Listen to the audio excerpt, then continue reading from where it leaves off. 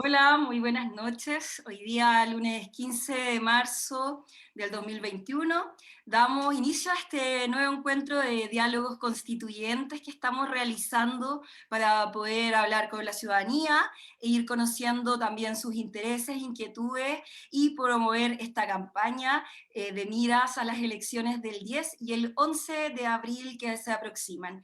Hoy día tenemos un gran invitado que es Hassan Akram, director de la sede chilena de la Universidad Wake Forest, profesor de políticas públicas de la Universidad Diego Portales, autor también del libro El estallido social, ¿por qué y hacia dónde?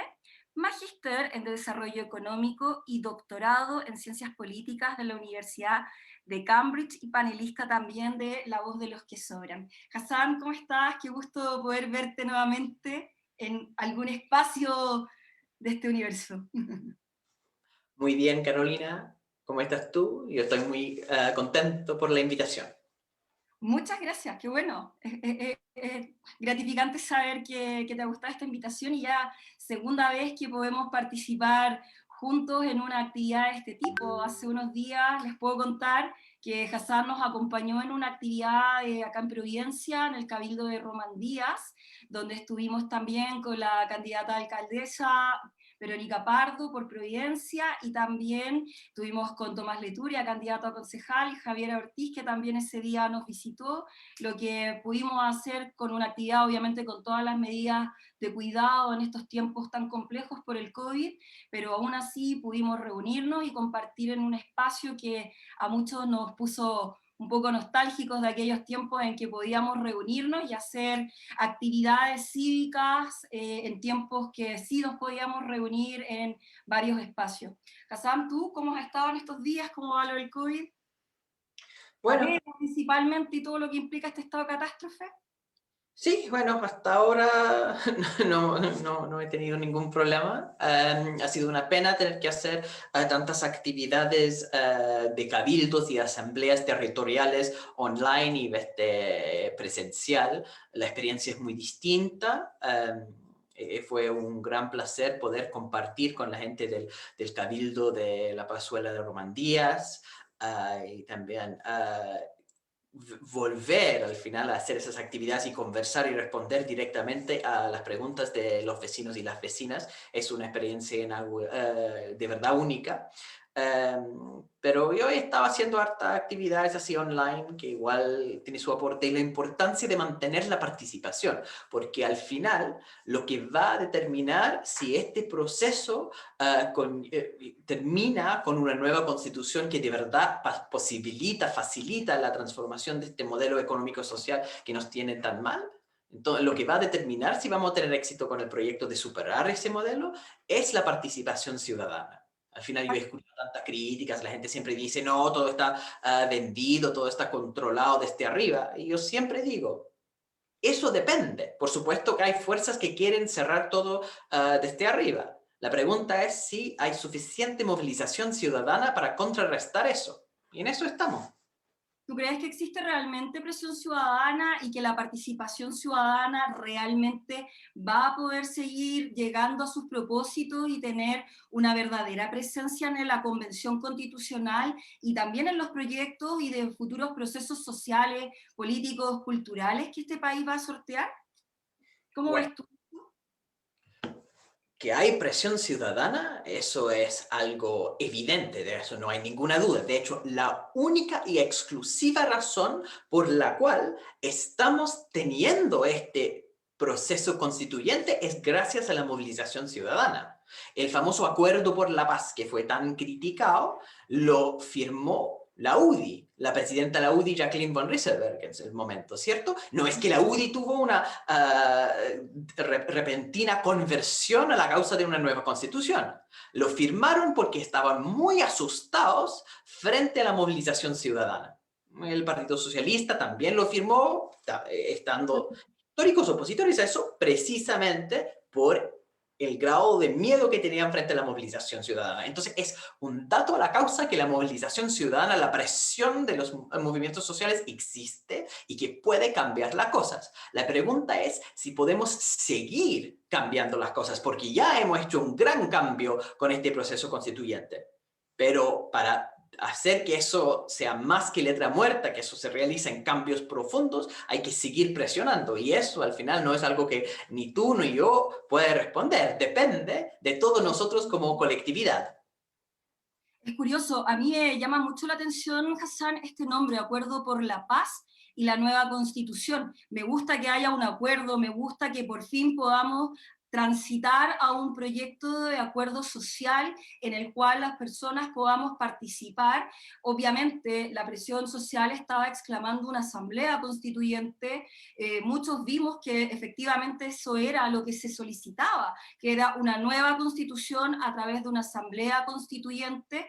Sin embargo, creo que sea como sea, es muy positivo para Chile y también Chile ante la comunidad internacional, que puedan ver que en nuestro país se llega a un acuerdo que permite transitar de una constitución como la de 1980 entre cuatro paredes con la Comisión Ortúzar, que tenía solamente una visión que era católica y también neoliberal, sin tomar en consideración que este país es multicultural, que existen muchos intereses diversos y que hoy día, dependiendo obviamente cómo la ciudadanía se exprese este 10 y 11 de abril, vamos a poder hablar por primera vez en nuestro país de participación ciudadana de manera efectiva en la elaboración de la norma jurídica más importante de cualquier país, que es la constitución política. Sin embargo, me gustaría saber qué opinas tú, porque a mí me parece tremendamente lamentable que hayamos llegado al acuerdo por la paz posteriormente a cuando estábamos en estado de excepción constitucional declarado el 18 de octubre,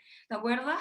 En que el día 20 a las 21 horas nos dicen estamos en guerra, de lo cual deriva todo este proceso que en su minuto, sin lugar a dudas, debió haber sido muy potente para la comunidad internacional también ver este titular, y también para todos los que estábamos en ese minuto en el país desconcertados.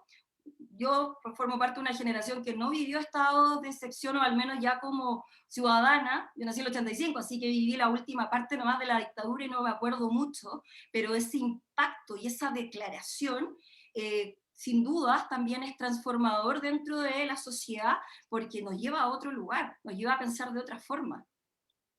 Claro, yo creo tuvo mucha mala prensa el acuerdo por la paz, porque la gente decía, ¿qué paz? Es una buena pregunta, que no había paz de ninguna forma. Y además preguntaban, ¿qué acuerdo? Porque acá hay un acuerdo entre cuatro paredes de los políticos de siempre. En el Sin Congreso. embargo, yo creo que los cuestionamientos a ese documento que firmaron entre gallos y medianoche en el Congreso, que luego dio luz a la ley 21.200, ¿no es cierto? Que es la ley que permitió entonces el plebiscito y con una votación de casi 80%, después la posibilidad de cambiar la constitución con una convención constitucional. ¿Ya? Entonces uno puede decir que ese acuerdo por la paz no trajo ni paz ni acuerdo, pero sí permitió un proceso, una tremenda victoria del apruebo y el proceso de la convención constitucional. Entonces, ¿cómo entender que una cosa de la política excluyente, la política no participativa, puede generar un proceso participativo? En realidad, esa paradoja, esa contradicción, es fácil de resolver cuando uno toma en cuenta que la política siempre ha sido unos pocos tomando decisiones para la mayoría. Eso es un dato la causa. Y hay cierta ingenuidad liberal, cierta ingenuidad concertacionista de creer que la clase política podría representarnos. Esa clase política nunca nos iba a representar. Siempre iba a hacer maniobras excluyentes con hartas zancadillas contra los independientes, otras jugadas para tratar de aferrarse al poder. El punto es que estaban asustados. El acuerdo por la paz es que el nombre que ellos lo ponen porque es un acuerdo entre ellos para generar paz entre ellos. Pero lo que es para nosotros es más bien desde los movimientos sociales la apertura al cambio constitucional. ¿Ya? Eso es lo que nos da la ley 21.200 y lo da al final porque a través de literalmente la ciudadanía movilizada, los cabros y cabras poniendo sus cuerpos entre la masa y los carabineros que estaban disparando. Las personas como Gustavo Gatica que terminaron ciegos Incluso personas como Fabiola Campea, que ni siquiera estaba protestando, pero terminaron así víctimas de esa misma violencia. Esas personas pagaron un costo altísimo, pero lograron espantar a la clase política. Lograron asustarles a tal grado que logramos arrancar de sus manos un pedacito de poder y de soberanía. ¿Ya? Entonces, más que acuerdo por la paz como un regalo que nos dieron, es entender que eso fue algo que arrancamos de ellos. ¿Ya? Y eso es como yo lo interpretaría, y por eso yo creo que es posible que esa cuestión fracase siempre y cuando dejan de tener miedo a la clase política. Lo importante es mantenerlos asustados con la movilización constante para que sepan, ellos tienen toda la fuerza, toda la violencia. Lo vimos este fin de semana con la horrorosa represión en todos los sectores tradicionales de resistencia, ¿no? La Hormida, Vía Francia, con un guión sacado directamente de la dictadura. Están haciendo lo mismo. Y lo importante entonces es seguir resistiendo, seguir luchando para que este proceso, que fue institucionalmente validada a través del Acuerdo por la Paz, también tenga validez popular, validez por la participación ciudadana. Y eso depende de todos nosotros. Eso creo que es uno de los detonantes más importantes cuando entendemos cómo desde el 18 de octubre hasta la fecha, en un proceso en el cual vimos manifestaciones muy significativas, como la Gran Marcha de Chile, en donde se reunió 1 millón de ciudadanos, al menos acá en Santiago, y también la marcha del 8M de hace un año atrás, donde estuvimos, 2 millones de mujeres manifestando nuestros intereses y también celebrando en cierta medida lo que se establece a través de este proceso constituyente de manera paritaria y también abriendo posteriormente paso a los pueblos originarios para que sean parte de los 155 escaños que están determinados para esta convención constitucional. Creo que es relevante, Hassan, contarle a todas las personas que nos puedan estar viendo que no existen procesos políticos de manera espontánea, ni tampoco existen transformaciones en un Estado que sean de manera automática. Siempre son un suceso tras otro, y esto vamos constatando que la democracia en nuestro país hoy día está teniendo una mayor efectividad. ¿Por qué? Porque las personas, a través de distintas manifestaciones y a través de ciertos avances y hitos que hemos tenido, desde el salto del torniquete, que conlleva además a esta declaración de estado de excepción constitucional, que se llama estado de emergencia, ¿cierto? Que era por la calamidad pública que está no solo en Santiago, en la región metropolitana, sino que a lo largo de todo el país, que llevó a este concepto de desobediencia civil, en el cual las personas pudieron manifestarse abiertamente ante la desigualdad, ante los abusos del Estado y todas las molestias que históricamente se han ido arrastrando, llevan a este gran acuerdo que, insisto, puede tener todas las críticas que podamos realizarle, pero que sin embargo es una manifestación importante de que por primera vez también hay un órgano del Estado que está escuchando o reaccionando más bien frente a lo que estaba ocurriendo y dice, ok, vamos a hacer este acuerdo, que como tú dices, fue entre medianoche, sí, cerca de las 3 de la mañana, madrugada, un día viernes, 15 de noviembre del 2019, que para mí, y creo que no podemos negarlo en general, es uno de los hitos más importantes y transformadores. Y sin lugar a dudas, el plebiscito del año pasado es también una experiencia vital para que podamos transitar efectivamente ahora a ser una constitución política participativa, y más aún hoy día en tiempos en que las personas están más informadas y educadas que nunca antes en la historia de nuestro país, porque nunca antes hubimos tantas mujeres estudiando, lo que es un hecho, ni tampoco tantos ciudadanos, sea de cualquier sector del país, porque esto es hoy día muy, muy diverso, es multicultural. No somos todos las mismas personas que estuvieron, por ejemplo, en el proceso constituyente de 1924, 1925, que fue la constitución que cayó luego del golpe de Estado, pero que ahí también podemos recoger en cierta medida algunos conceptos que hoy día también las personas quieren recobrar, como el concepto de estado de bienestar, más que este estado subsidiario que lamentablemente ha llevado también a que como administración central no podamos realmente responder a las necesidades concretas y reales de las personas. Y yo en lo personal creo que donde más lo vemos de manera latente es los temas ambientales, y es ahí donde vemos también cómo la desigualdad que atraviesa de manera concreta los temas sociales, económicos, culturales, pero también hoy día en lo ambiental, que se ve latente principalmente en las zonas de sacrificio en nuestro país, que son un fenómeno que ningún país que quiera por lo menos aspirar a ser un país en vías de desarrollo, o un país que dentro de sus tratados internacionales visualiza también los derechos humanos, pueda estar viviendo en estas circunstancias privilegiando situaciones económicas o actividades económicas por sobre la vida también de las personas. Y es ahí donde yo creo que es importante contarle a las personas también que este acuerdo por la paz tiene ciertos límites.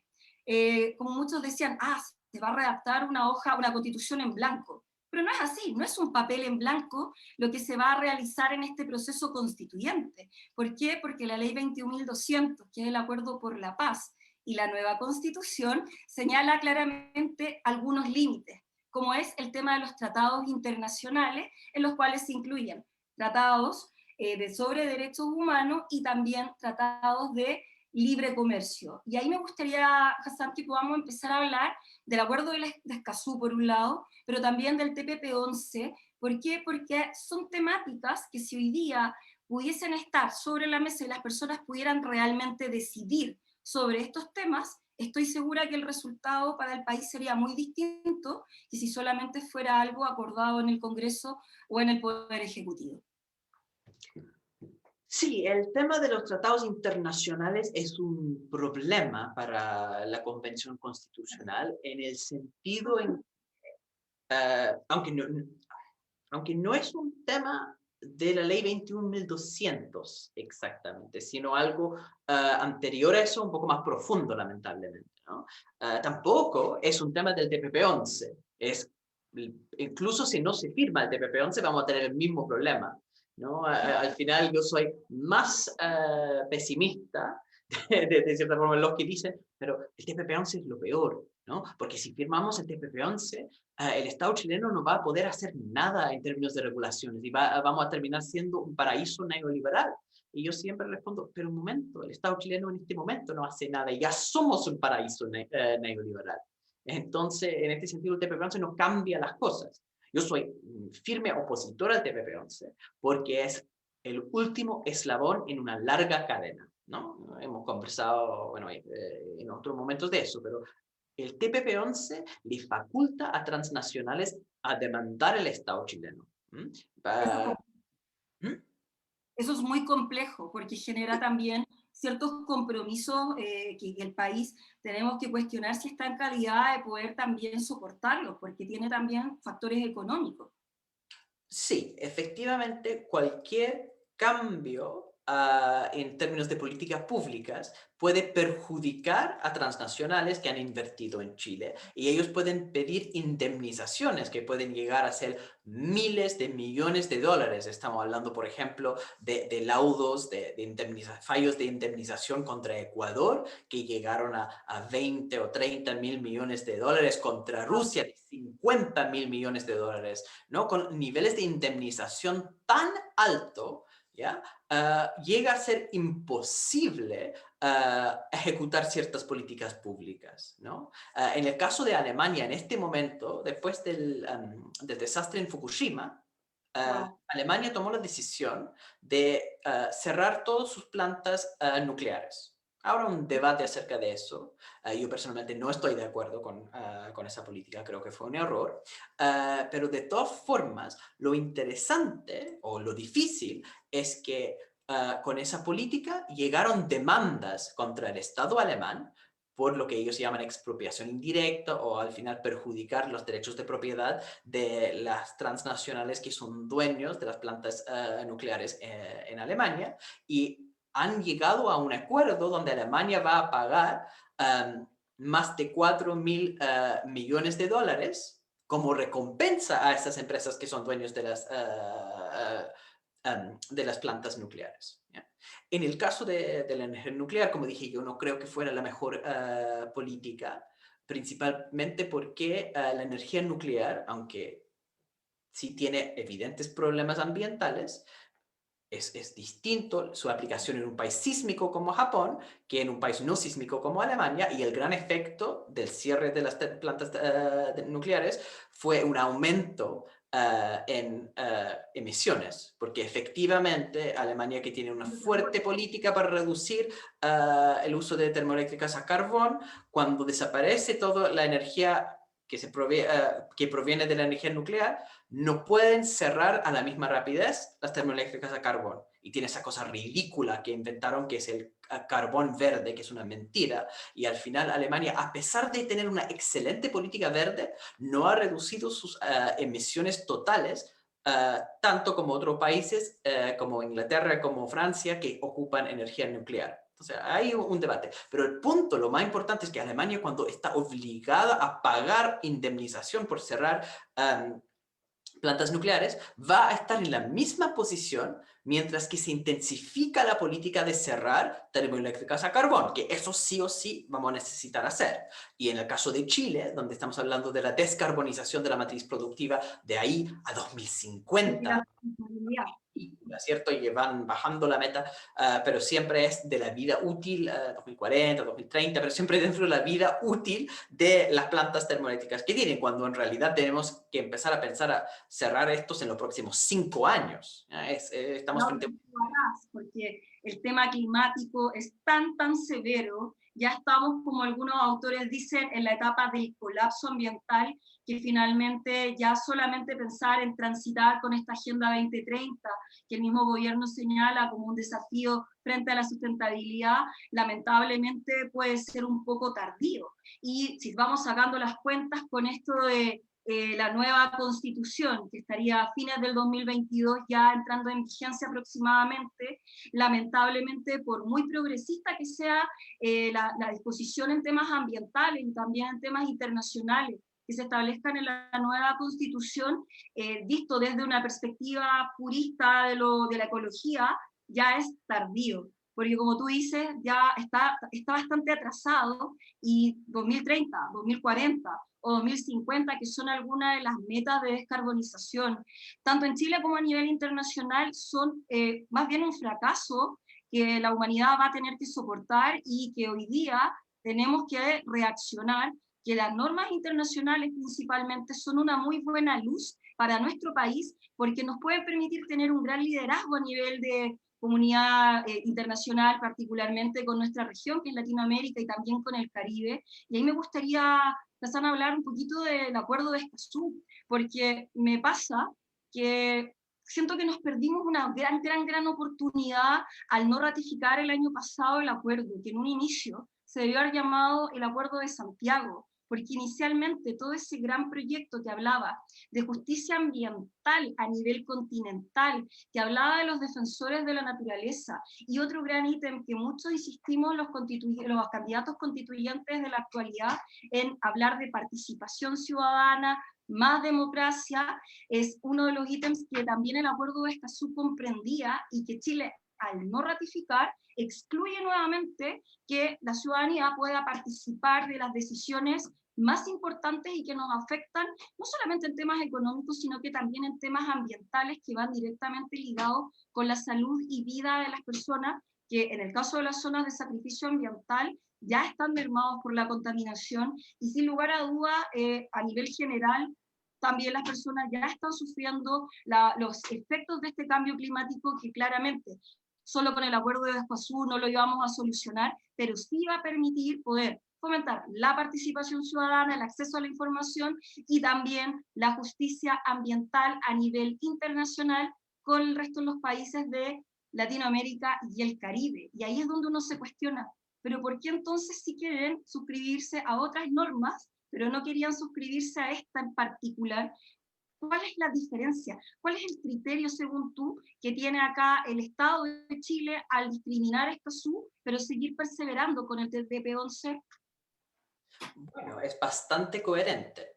al final, si uno lo analiza desde el punto de vista de una persona, una familia que vive en una zona de sacrificio, esas personas están respirando aire envenenado, están potencialmente tomando agua que también tiene venenos, ¿no? Si es que tienen acceso a agua, porque muchos tienen que No todos abastecerse tienen. de camiones aljibe. Las personas tienen una baja calidad de vida en esas zonas por los altísimos niveles de contaminación. Y lo que necesitan es una respuesta desde la política pública que va cerrando las empresas que están generando ese tipo de contaminación en caso de, por ejemplo, si son termoeléctricas a carbón y otro tipo de actividades donde no hay ninguna justificación para su continuación, porque en realidad lo que ocurre con las termoeléctricas es que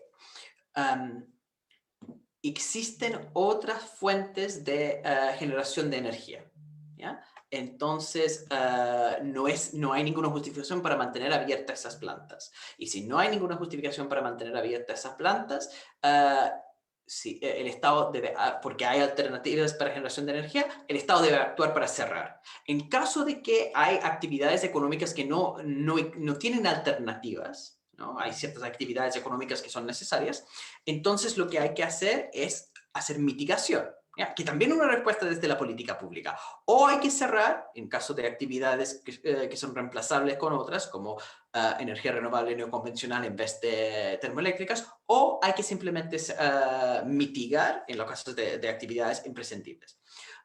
Los dos casos implican un costo para las empresas, o un costo porque cierra el negocio completamente, o porque tiene que hacer inversiones muy caras en proyectos de mitigación ambiental. Entonces, en los dos casos, lo que hay que hacer, es permitir que el Estado actúe. La dificultad entonces es que si uno firma un tratado como el TPP-11, llegan demandas contra el Estado por haber perjudicado los derechos de propiedad de esas empresas, ¿ya? El No es un TPP-11 tema no es menor solamente el TPP-11, sino la red de... ¿Cómo? y que no es un tema menor que el Estado se haga cargo frente a lo que se entiende como propiedad, más aún con esta constitución actual, la constitución del 80, que deja a la propiedad en un nivel muy alto dentro de nuestra constitución y que lo vemos como eje. Entonces, claramente, esta manifestación ciudadana que también vimos fuertemente exclamando 2019 en general y parte del 2018, nos llevan a entender que el Estado está en una posición bien complicada, porque Chile fuera de eso, con todo lo que tiene que resolver a nivel interno, también tiene que resolver varios temas a nivel internacional, y eso es una responsabilidad no menor con la Constitución actual. Entonces, a mí me genera bastante inquietud. Me parece increíble que Chile tenga esta capacidad de vincularse con la comunidad internacional, que aun cuando es un país geográficamente más o menos una isla, pero que puede hoy día con este proceso de globalización comunicarse con el resto de los países, me parece extraordinario porque también tiene beneficios. Sin embargo, me parece complejo lo que nos va a ocurrir cuando no se puedan cumplir con todas las normas establecidas a través de tratados internacionales en temas económicos. ¿Por qué? Porque no siempre como país se tienen los recursos, y si cambia un poco la situación, te pregunto, para poder también ir aprendiendo un poco sobre esto, ¿cómo nuestro país va a hacer frente a este concepto de propiedad tan arraigado que tenemos versus a avanzar hacia un estado de bienestar, un estado también respetuoso con los derechos humanos, al fin, que eso es lo que esperamos, y también y principalmente que haga frente al cambio climático y todos los problemas ambientales? ¿Cómo Sí, lidiamos con todo esto, que es como malabarismo, considero? sí, bueno, la realidad chilena es que no firma el acuerdo de Escazú precisamente porque eso y otros tratados suben la Ah, obligación regulatoria, porque pueden llegar demandas, en el caso de Escazú, si un país está permitiendo un exceso de contaminación dentro de sus fronteras, si no está protegiendo a ciertas reservas de biodiversidad, o si no están teniendo regulaciones que protegen a áreas de naturaleza, si hay un nivel de emisiones que están arriba de las metas que tienen. Por una serie de razones pueden llegar demandas por regulaciones bajas y obliga a subir las regulaciones. En el caso de TPP-11 es al revés, que al final si un país va subiendo sus regulaciones, llegan demandas que obliga a bajar esas regulaciones para proteger la propiedad privada. Entonces es coherente de parte del gobierno de Piñera no firmar Escazú porque no quiere subir regulaciones en realidad, sino que quiere proteger la propiedad privada y mantener bajos niveles de regulación. En ese sentido,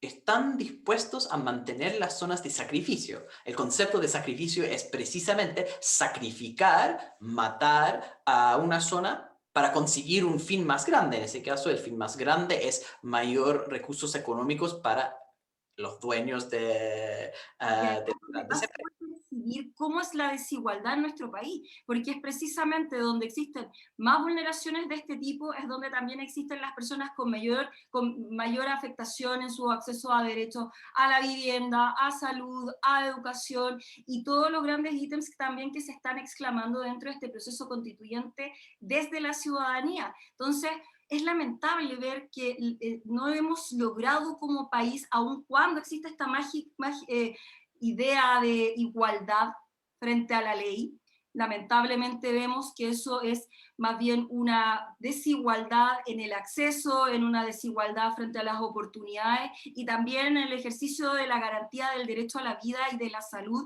que en Quintero Puchuncaví, por ejemplo, lo vemos de manera constante y latente, que es el ejemplo más cercano que podemos ver. Sin embargo, un par de kilómetros más al norte no existe zona de sacrificio, siendo geográficamente prácticamente el mismo lugar. ¿A ti qué te parece? ¿Cómo ves tú esta patología de la desigualdad en Chile, en el cual históricamente y desde las bases de este país, las personas hemos estado en distintos niveles sociales? La igualdad hasta la fecha nunca la hemos podido percibir, ni tampoco poder realmente ejercer como se establece en la ley. ¿Qué percepción tú tienes de eso? Chile es un país con un nivel muy alto de desigualdad, ¿ya? Dependiendo de cómo uno lo mide, este es el país más desigual del mundo o entre los más desiguales del mundo, ¿no? Durante el estallido hubo varios economistas defensores del modelo neoliberal que empezaron a decir que la desigualdad estaba mejorando en Chile, ¿no es cierto? Y ese discurso de apología, al final apología al modelo de desigualdad, pero es muy vinculado con la apología a la violación de derechos humanos, porque si uno va a mantener grandes desigualdades económicas, entonces hay que reprimir las personas que expresan su malestar frente a esa situación. Bueno, esa lógica de apología lo que decían es que la desigualdad está bajando. Lo que sabemos es que la desigualdad en Chile, y tenemos una serie histórica desde 1850 en adelante, siempre ha sido muy alta. En algunos momentos baja un poco, otros aumenta un poco. Actualmente el Gini, que es la medición típica que se hace a través de las encuestas, está bajando un poquitito, ¿ya? Pero ha sido mucho más bajo en otros momentos. Ahora, el punto de esta bajada es que de todas formas es una mala manera de medir la desigualdad porque eso no incluye los súper ricos. Los más ricos no responden a encuestas acerca de ingresos, entonces toda la investigación más actual acerca de la desigualdad se basa en datos tributarios y administrativos, haciendo corrección por los altos niveles de elusión y evasión de impuestos. Que los ricos tampoco pagan tantos impuestos por todas sus triquiñuelas, pero uno puede hacer una construcción de cuánto dinero está controlando el 1% más rico del ingreso nacional y llega a más de un tercio. Eso hace que Chile sea el país más desigual del mundo, excluyendo así como una serie de paraísos fiscales. Bueno, en realidad con ese... Como chileno, como alguien en este país, siempre vive con esa premisa, con esa idea, con ese velo de somos un país desigual, no podemos realmente tener las mismas oportunidades. Y es algo latente, porque finalmente donde uno estudió, donde uno vive y también cómo uno va desarrollando su propia historia, siempre tiene mucho que ver con la desigualdad. Este país se funda también en una jerarquización, en una sociedad estamental, como llaman también algunos autores, en donde se dividieron las personas y se les dieron leyes particulares. Y muchas veces pareciera que uno vive actualmente todavía con este sesgo de la monarquía, que ya se superó hace más de 2 siglos, y que hasta la fecha pareciera que hay personas que todavía viven en esta figura de la oligarquía, que todavía se consideran una clase social especial y viven su realidad cotidiana en un círculo cerrado, sin posibilidad también de conocer la realidad del resto del país. Y este es un país tremendamente rico también en multiculturalidad, que muchas veces a nosotros se nos olvida. A mí me llama la atención, Hassan, cuando uno dice Chile es una república unitaria, pero es tan profunda la diversidad de nuestro país, al igual que la desigualdad en nuestro país, que me parece que esta premisa de la igualdad y de esta república unitaria que se establece con tanto ahínco en la Constitución del 80, no logra tampoco romper y quebrar con esto que hemos tenido desde la época haitiana, desde la época de la colonia, en que se dividía este país por clases sociales, por temas étnicos, y que finalmente hoy día de una u otra manera igual se sigue arrastrando, aun cuando la norma jurídica lo desconozca, lo niegue y establezca otro patrón. Pero lo cultural es tan potente que uno se da cuenta que no es lo mismo haber estudiado en una universidad que haber estudiado en otra universidad, para no dar nombres, ¿cierto? Y no aprovechar de hacerlo tan explícito. Pero esa experiencia de vivir en Chile creo que se hace hoy día aún más aguda frente a la realidad ante el COVID.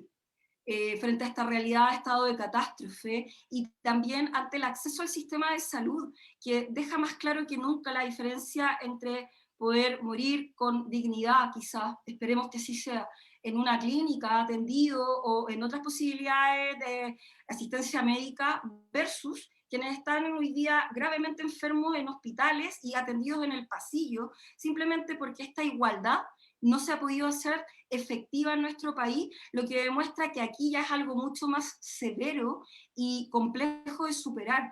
Yo no sé, Hassan, ¿qué opinas tú como propuesta, o qué sugieres tú más bien como propuesta para poder acabar con la desigualdad en nuestro país? ¿Qué mecanismos tú crees que son útiles para poder expresar en este proceso constituyente actual? ¿Para qué? Para que la nueva constitución al fin pueda dar un paso frente a esta desigualdad histórica que acá en Chile todos hemos vivido de una u otra manera y que nos afecta con distintos niveles de discriminación, pero que forma parte también ya de nuestra identidad. ¿Cómo lo podemos resolver? ¿Cómo podemos avanzar a superar esta barrera? Las soluciones para la alta desigualdad en Chile son relativamente fáciles. Es un tremendo mito que es un problema así como existencial, filosófico, que el ser humano siempre hace distinciones entre unos y otros y por ende la desigualdad siempre va a estar con nosotros. Es cierto que todas las sociedades del mundo tienen distintos grados de desigualdad, pero la situación chilena es una excepción porque el nivel de desigualdad es completamente exacerbado. Y eso se puede resolver imitando políticas públicas que funcionan súper bien en otros lados para tener niveles más razonables de desigualdad. ¿Ya? Hay dos elementos en la desigualdad. La desigualdad de mercado, que es la desigualdad que resulta porque empresas pagan más a algunas personas que otras, pagan los dueños de las empresas, Y los también la diferencia que tenemos que soportar las mujeres impuestos. en un cargo frente a un hombre, por ¿Cómo? ejemplo. Y también la desigualdad que las mujeres deben tolerar en el mundo laboral frente a un mismo trabajo versus el que realiza un hombre y la remuneración que percibe por ello. Sí, por supuesto. En el mercado laboral, las empresas pagan a distintas personas a distintos niveles. Los dueños de las empresas, por los dividendos, por supuesto, reciben mucho más. Después los trabajadores, hombres, reciben más que las mujeres y hay una distinta escala de los que tienen más estudios reciben más que otros. Hay toda una desigualdad que es determinada por la figura de la empresa. ¿ya? Después hay impuestos, ¿cierto? Y los impuestos bajan la desigualdad algo, ¿ya? Entonces hay desigualdad antes y después de impuestos, desigualdad de mercado y desigualdad posterior. Entonces son dos soluciones simples. Primero, para reducir la desigualdad antes de impuestos, lo que hay que hacer es aumentar la negociación colectiva. Lo que ocurre en Chile es que los sindicatos son muy débiles. Uno dice que al final, la derecha siempre dice, pero la tasa de sindicalización en Chile no es distinta que el promedio de la OCDE. Eso es cierto, sin embargo, las reglas de negociación colectiva son muy diferentes. Si uno va a Francia o Alemania, por ejemplo, tienen relativamente bajos niveles de sindicalización. No tantos trabajadores son miembros de sindicatos. Sin embargo, una negociación que se hace para un sindicato después se extiende a todos los trabajadores no sindicalizados del mismo ramo económico. Eso se llama negociación colectiva ramal, ¿ya? Algo que, disculpa la interrupción, pero, por ejemplo, cuando tú estás ahora mencionando sobre la posibilidad de sindicalizarse y también participar en los procesos de negociación colectiva, también tiene sus bemoles, porque en Chile también hay un altísimo nivel de personas que trabajan sin contrato de trabajo, que trabajan freelance y que finalmente hace súper complicado que se puedan asociar, sindicalizar y participar de negociación colectiva para poder enfrentarse, claro, como parte negociadora dentro de un proceso. Entonces, ¿cómo lo haríamos también con aquellos que no están al alero específicamente las normas laborales y que es una cantidad no menor de personas en nuestro país que trabajan de manera independiente, que volatean y que no tienen posibilidad de asociarse, más aún en un país que con la constitución actual, la constitución del 80, tan difícil resulta poder unificarse, trabajar en grupo y finalmente trabajar como grepios, como asociaciones, y que también lo vemos a través de la sociedad civil con la ley 20.500, que tan difícil hace que nos podamos agrupar y desarrollar proyectos de manera colectiva para poder actuar frente al Estado, o también entre privados. ¿Cómo crees tú que podríamos variar eso también? Para que tenga un efecto y seguir con esto de reducir la desigualdad, ¿no? Sí, Porque es un mecanismo complicado. la realidad de la negociación colectiva en todos los países sí tiene esta dificultad por los cambios en la estructura del mercado laboral, ¿no? Que hay más personas trabajando con contratos distintos y todos los temas. El hecho es que en Chile es una minoría de los trabajadores los que tienen contrato indefinido, ¿ya? Pero no, el punto es que el código laboral chileno es en sí antisindical. Busca dificultar que trabajadores que no están con esa posición de contrato indefinido puedan participar en la negociación colectiva. De hecho, también trata de limitar que los que tienen contrato indefinido puedan negociar de forma colectiva, ¿no? Es todo lo contrario, como dije. En el caso de Francia y Alemania, o si quiere hablar de América Latina, podemos hablar de Uruguay, son todos países donde los trabajadores no sindicalizados, que no tienen acceso a sindicatos por distintas razones, igual se benefician de las negociaciones salariales de los sindicatos, porque se extienden los beneficios a todos los trabajadores que no tienen sindicato, pero que están en la misma rama económica, ¿ya? Por eso, pues, hay distintos cambios que se hace a través de la Dirección de Trabajo o el Ministerio de Trabajo para tratar de mejorar la fiscalización de empresas que son informales, que al final no están pagando los impuestos. Por eso, principalmente, hacen todo bajo la mesa. Muchos trabajadores que prefieren recibir eso porque después no se cotiza, perdón, porque no se sacan las cotizaciones, entonces la empresa hace ese arreglín. Es muy importante fiscalizar bien eso, pero sobre todo con la extensión de beneficios, con eso que los no sindicalizados reciben también los mismos salarios que los que sí han llevado a cabo la negociación a través de la sindicalización. Y eso sube los salarios para todos los trabajadores que están en ese sector económico. Entonces, eso es fundamental para reducir lo que se llama la desigualdad de mercado, ¿ya? Todos los países que tienen negociación ramal tienen salarios más altos. ¿No es cierto? Tienen niveles más altos de salarios promedios y entonces tienen mejores condiciones para los trabajadores. ¿Ya? Eso es una primera cosa que se puede hacer. Se tiene que trabajar también, como dijiste, en la formalización del trabajo, en hacer que muchos trabajadores que están en sectores donde es difícil sindicalizar tienen la oportunidad de igual juntarse a un sindicato. Hay muchos trabajadores que están en sectores eh,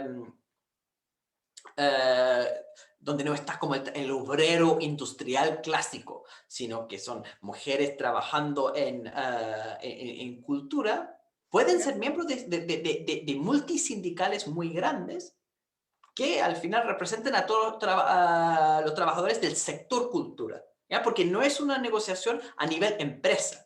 El problema y la dificultad con la negociación colectiva en este momento es que en Chile el código laboral obliga a los sindicatos a negociar a nivel empresa. Entonces, al final, siempre hay un desequilibrio entre los empleadores y los empleados, ¿no? Porque para un empleado, perder la pega es una tragedia, uno no puede costear las cosas de la vida, y entonces uno acepta muchas condiciones que vienen de los empleadores que uno no aceptaría en otras condiciones. Es una especie de chantaje. Max Weber dice, bajo el látigo de hambre, el trabajador firma el contrato. ¿Ya? Entonces eso es la desigualdad entre... El endeudamiento, el trabajador firma el contrato. O sea, hay una necesidad que se hace latente siempre.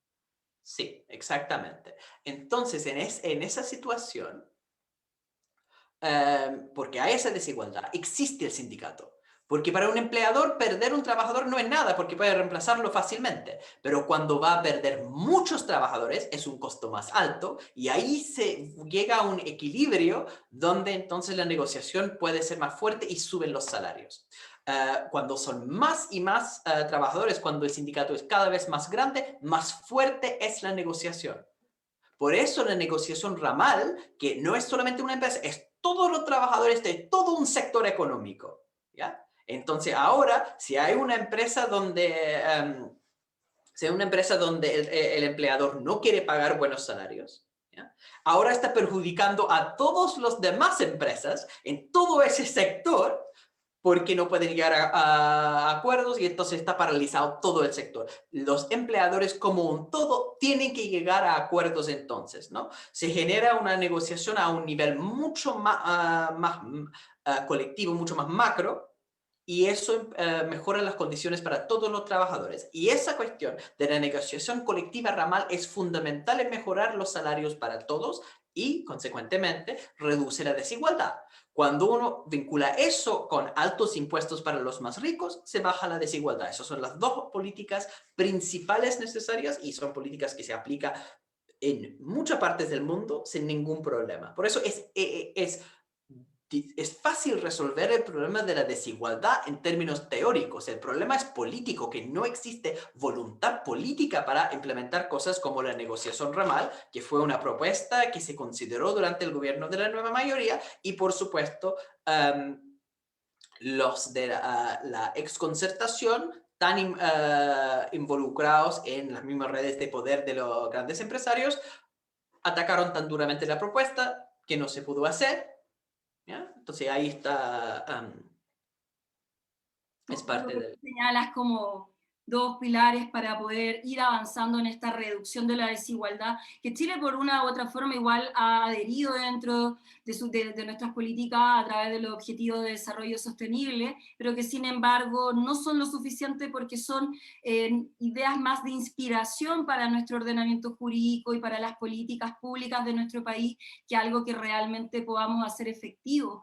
Creo en eso, Hassan, que son muchas las variantes que tenemos que empezar a considerar porque estamos en un momento en que es imperativo que como país nos hagamos cargo y podamos responder a este llamado a revisar la situación de Chile, también establecer nuevas formas y propuestas de convivencia social y sin lugar a dudas también ir incorporando las visiones y las demandas de los distintos sectores de nuestro país, porque muchas veces uno puede decir esto es lo correcto y puede estar dicho de la mejor manera, con la mayor cantidad de conocimiento, pero estamos en un momento tan importante para la participación ciudadana que sin lugar a dudas las visiones y las demandas de los diversos sectores de nuestro país deben ser escuchados porque la fractura social de este país, de este pedacito de tierra, es tan aguda que lamentablemente creo que ya no podemos seguir tolerando esta situación. Creo también, de todo lo que tú has dicho, otra idea.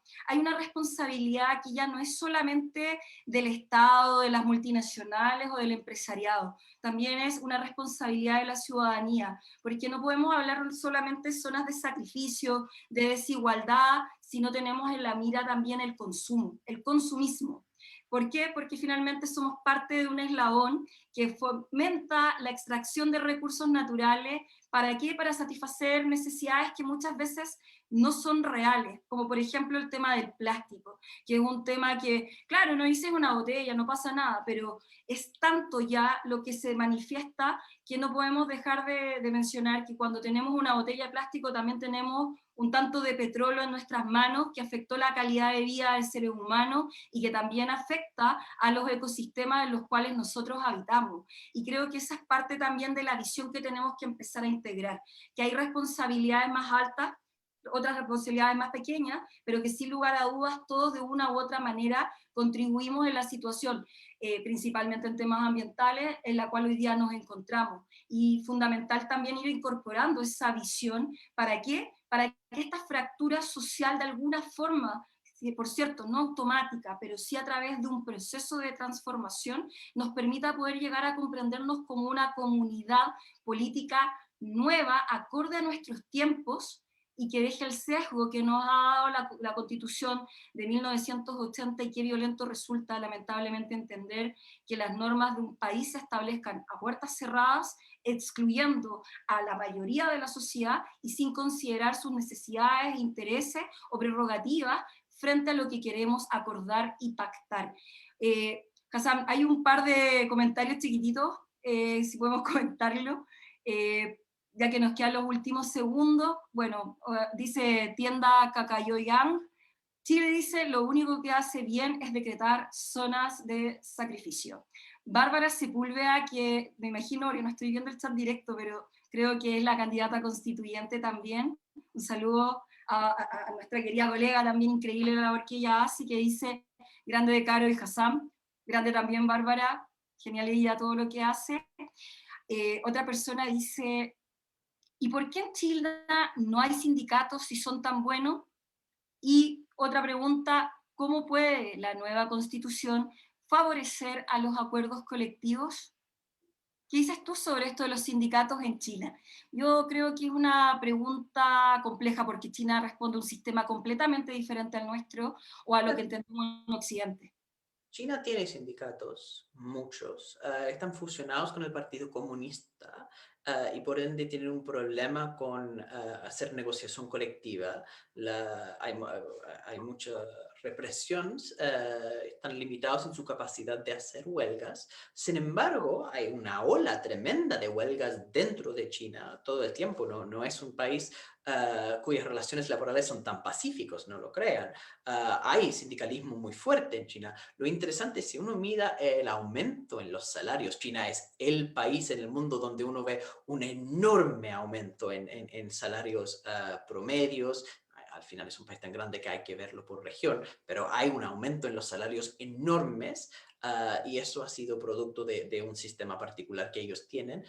Y la parte más relevante para Chile tiene que ver con su capacidad de generar producción de alta tecnología, algo que Chile podría aprender a imitar, porque el problema acá es que tenemos zonas de sacrificio, porque tenemos una economía extractivista que se basa en sacar recursos naturales con muy poco procesamiento, muy poco valor agregado que después venden a los países desarrollados y al mismo China. Entonces, de hecho, si Chile quiere imitar el modelo de China, lo que debe hacer es tratar de aumentar la complejidad tecnológica de sus exportaciones y eso ayuda porque hay menos extractivismo, no dependemos simplemente de los recursos naturales, sino de otras cosas que traen más recursos al país y con esos recursos tenemos la posibilidad de pagar derechos sociales que son tan importantes para la población. Los acuerdos colectivos en la nueva constitución, yo siempre quiero enfatizar que la nueva constitución al final no es el que va a definir el nuevo modelo económico, ¿no? La gente a veces piensa que la constitución actual casi dice Chile es un país neoliberal con un Estado subsidiario. Pero la realidad es que ni la palabra neoliberal ni la palabra subsidiario están en la Constitución. De hecho, la única regla como pro subsidiariedad que está en la Constitución es una que dice que hay que hacer una ley cada vez que se crea una empresa pública. Tampoco es la tremenda cosa que está limitando la expansión del Estado. Más bien, se impuso antes de la Constitución una serie de privatizaciones. Y la Constitución lo que hace es cierra la puerta, hace muy difícil deshacerse de los cambios que se hicieron antes de la Constitución. En ese sentido, la Constitución, lo que hay que hacer con la nueva Constitución no es cambiar el modelo desde el documento constitucional, sino de habilitar una nueva democracia participativa que luego va a permitir entonces estos acuerdos colectivos. Y eso es lo más Esos importante. acuerdos colectivos, además, sí, que puedan llegar a tener efectos vinculantes frente al Estado, porque hemos visto que cuando se nos llama a consulta ciudadana, o también lo que pasa con los pueblos originarios al ser llamados también en sus procesos de consulta, que es algo que me gusta mucho repetir, porque es importante que la gente vea que, claro, el municipio te llama a un plebiscito ciudadano, a una consulta, o el ministerio para ver qué opinamos, pero resultan más a veces, en palabras simples, quiero decir, cercanos a una encuesta que a un verdadero proceso de consulta frente a los efectos que el Estado debe considerar de qué es lo que realmente queremos como ciudadanía en nuestro país y también como habitantes de nuestro país. ¿Por qué? Porque hay que hacer esa distinción. Una cosa es ser ciudadano y otra cosa es ser habitante en un territorio. Y esa diferencia también es algo que tenemos que ir haciendo evolucionar, porque no puede ser solo para los ciudadanos que tienen cierto tipo de derechos. Eso me hace pensar un poquito como que si estuviéramos en la antigua e imperial Roma, para los ciudadanos versus los otros. Pero lo que tenemos que hoy día entender es que cada día hay más inmigrantes también en nuestro país, cada día también respetamos y vamos considerando e incluyendo más la diversidad cultural que existe también con los pueblos originarios, con los pueblos migrantes, que van dando una mayor nutrición. Pero sea el caso que sea, no podemos dejar que los procesos de consulta o que los plebiscitos en los cuales uno participe, no hablo del plebiscito del año pasado, sino que hablo de otro tipo de actividades en donde no tiene los efectos jurídicos que realmente necesitamos que tengan. El acuerdo de Escazú, al no haber sido ratificado, también resta, en cierta forma, la participación ciudadana que es tan importante en la toma de decisiones. Y creo que eso es también un desafío que debemos hoy día superar, porque no puede ser que siempre sean los mismos quienes de manera exclusiva y excluyente, a puertas cerradas, toman las decisiones sin tomar en consideración qué es lo que queremos. Es por ello que invitamos a todas las personas que tengan derecho a sufragio, que participen de manera efectiva el 10 y el 11 de abril y voten de manera responsable por aquellos candidatos que queremos efectivamente poder contribuir en este proceso de transformación para acabar con la desigualdad, para poder dar mayor protección a los recursos naturales, también a la naturaleza en general y poder al fin hablar de calidad de vida, del buen vivir, como dicen en otros países también, y que es un gran ejemplo que tenemos que seguir, y sin duda dar un mayor reconocimiento y efectividad a la participación ciudadana establecido desde nuestra Constitución. Ahí para aclarar, no es que la Constitución tenga que decir claramente cada una de estas palabras, a veces se entienden como principios, pero lo importante es que las futuras leyes en nuestro país se basen en lo que se vaya a establecer en este proceso constituyente y en la nueva constitución que vamos a votar, si es que si es que es posible, si es que la pandemia no es peor o el cambio climático es peor, se ha celebrado el plebiscito de salida en 2022, una vez que se proponga, luego de estos 9 meses, que probablemente puedan llegar a 3 más, es decir, un año de proceso de convención constitucional, para que al fin podamos visualizar un Chile hacia el futuro.